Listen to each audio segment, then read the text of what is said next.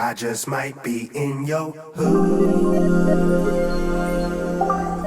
Fuck out of here, man. You dumbass niggas. You niggas is silly out here trying to look cute and shit, man. I Don't just play, man. might This be shit's in your serious, bro. Niggas wanna come and talk to me about all this dumb shit.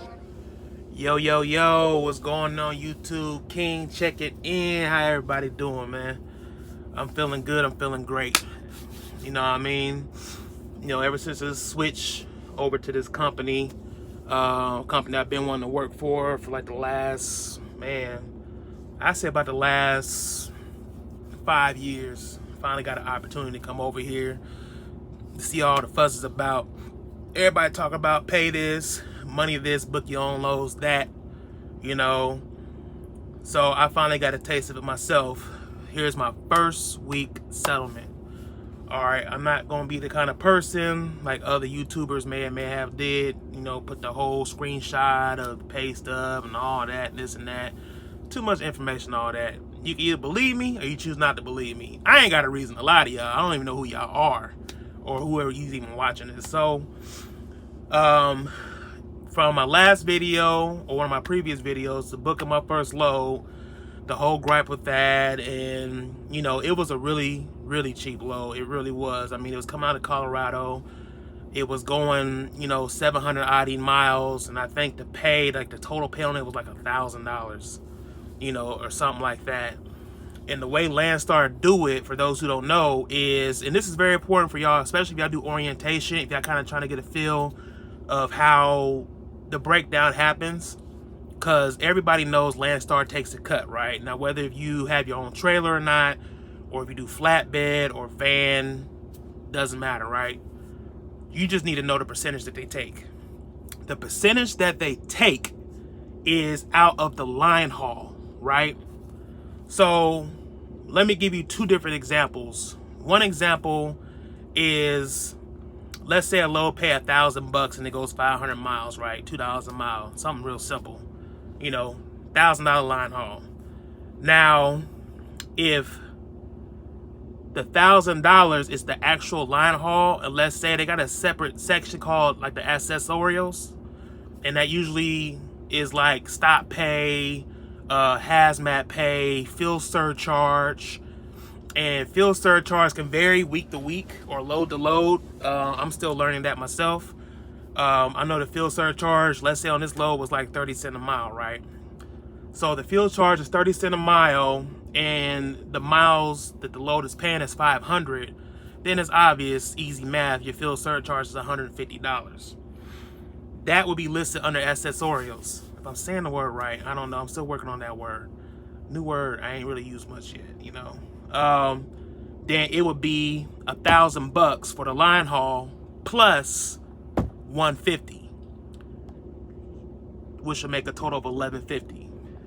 You know, so y'all do the math. $1,150 divided by 500, that would be the cent per mile that the load's actually paying for the miles. LandStar cuts just the line haul. They don't cut the access, or they don't cut the hazmat, stop pay, incentives, anything extra off to the side that, you know, the agent may or may not put on that load.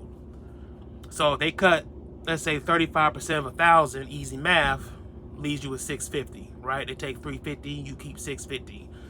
But it's 650 plus 150 for the fuel surcharge, so it's really $800. That's what you divide by the 500 miles to see what the actual, your actual cut after LandStar's cut.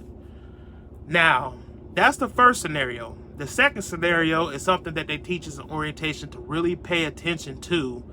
And what that is the same scenario, 500 miles for the load, it pays $1,000 for the line haul, right? Now, if you call the agent and you don't ask questions, if you just take the load as it is, and it's $1,000, then you don't know if they're putting fuel surcharge or anything on the top of that 1,000, or if everything's included in that $1,000. That's something you really need to ask them before you give them your tractor number, because your tractor number at LandStar here is like your social security number. You know what I'm saying? If you ever call a broker, or even the broker calls you, more when a broker calls you like you never spoke to before about a load, and let's say they got your wrong information, like they called the wrong BCO by chance, which can happen, and they be like, oh, I called the wrong BCO, what's your tractor number? Don't tell them. Don't tell them your tractor number. Tell them your name. If the name don't match the name on their system, they should already know they got the wrong driver, because what will happen is they take your tractor number and put it on that load because they need to get it covered or whatever. Next thing you know, there's a load on you that's 1,000 miles away, going 500 miles away from where you're already at, and you know you didn't book that load. But when it comes back around through conversation and they ask you, well, how did that load get on you? It's going to boil down to is you told them your truck number. So I don't know that whole scenario case of that side is, just know that's a possibility. But let's get back to the if they're including $1,000. So if everything's including $1,000 and you don't know the breakdown, hopefully you get it in the email so you do know then. There's 3 things you need to have when booking a load. You need to have an email confirmation from them. You will get a text message to your phone number about the load that's been put onto you. And you should also have it on your app, the LandStar Connect. If you don't have those 3 things, then it's not official, you know. And there's been some times where they ask for your email address, especially when you first start out. It's not in their systems yet. You ain't done with that agent yet. They could put your email address in wrong and send it and not know it, and you won't get the email for like 24 hours or 48 hours, and they might call back and say, oh, are we still good for this load? You pick it up, you know, tomorrow or the day after, and you'll say, I didn't get an email. They say, oh, really? Oh, that's a problem. And then they go back in and see where the mistake was. The only disadvantage I can think of from my personal experience is if 2 days pass, 3 days pass, hell, even 2 hours pass, and they send it later instead of right away, they can make edits. It's possible. I can say they can. It's a possibility they can make edits to what they're paying you. You know, they might pay you $1,000 when you booked it originally, but then if the email gets sent 2 days later, they could probably say subject to change for fuel surcharge or may change, or you know, some loony stuff like that. So keep an eye out for that. I don't have a resolve for that right now. I'm just saying that's a possibility. But if still on $1,000, everything's included. Now, if you do ask what's the breakdown and they say everything's included, you know, then you will take wherever that fuel surcharge is. Let's say it's still 30 cents for easy math purposes, and 500 miles, instead of it being plus 150, it'd be subtract 150. So the line haul would actually be $850, and then LandStar takes their cut. You do the math, and then wherever the breakdown is after their cut, then you add the 150. Then that's what you're actually getting, divided by 500 miles, which is the actual cent per mile you're really getting. So really keep an eye out for that, y'all guys. You know, make sure you count your money. You know what I mean? Nobody gonna count it for you, because, like I said, everybody that's doing money, everybody that's counting money or doing business with you, they counting their money. They're not counting yours.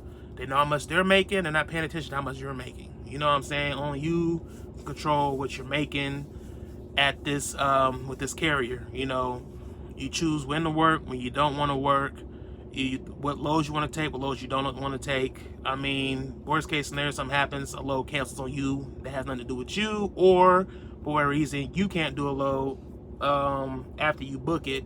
I also don't know the result for that either. Haven't came across it yet, but I will say this: LandStar got this thing called hold, and it could be any kind of hold. It could be from the log department, it could be from operations, orientation, whatever, right? So the thing with this is they're naturally supposed to contact you and let you know you're on hold when it happens. But the thing is, if they get so backed up with everything's going on, they haven't got around to calling you yet before you need your next fill up, then that's when you find out. And I'll tell you this right now from my personal experience, it happened twice this week. After orientation, you will get 5 more tests you'll have to do after orientation. They give you 14 days to do it. If you do not do it in that 14 days, all 5 tests, and you don't have a certificate, a picture of it, or if you don't, when you create your account, you don't put your truck number in with your driver ID so they can automatically see it, they will put you on hold. So I'm gonna do a quick story. Hopefully it's less than 60 seconds. Last night, I needed fuel. My tank was on E. I was in a decent place to get the fuel discount. I didn't do it last night, so I didn't find out about it last night, but I found about it this morning. I woke up, I literally had 14 minutes of downtime between me getting my fuel and getting to the shipper to get this load I'm getting now. The reason why I didn't get here when I was supposed to be here was simply because I was on hold. I had to call them. They told me, and the whole process of getting cleared from the law department or whoever put you on hold, it could be a quick process or it could be extensive depending on what they need you to do or what you didn't do or why the reason is or whatever. So I had to deal with that. Then get cleared and then go back and call the people to put money on the fuel card so I get fuel so I can get here. So that's what happened with me today. Now let's get down to my first week settlement. I just wanted to explain that much. I'm kind of coming off these videos at the very beginning as informative information. Some people hopefully they can use. Shout out to my subscribers I have so far. Hopefully they continue to grow. People watch, share this video. For people who might want to know if you have your own YouTube channel. I mean, of course, I'll do the same. I'm still trying to figure that out, how to share people's videos on my channel. I don't think I got that feature yet. I think you might have to have enough subscribers or be out there enough, just like the Facebook Live, or not Facebook Live, but the YouTube Live feature. But yeah, so my first week settlement, mind you, I book loads based off of rate per mile. Not necessarily revenue, but off of rate per mile. But I do have a threshold of where I won't go underneath. In miles, I don't want to go over.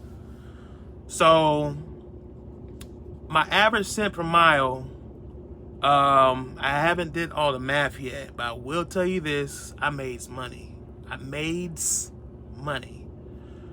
I did not do more than 2,300 miles from Monday to Monday.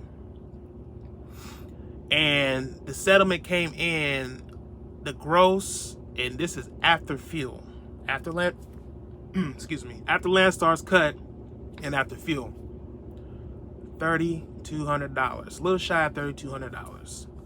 I had $173 left on my fuel card, so it would have been a little bit high, that much higher.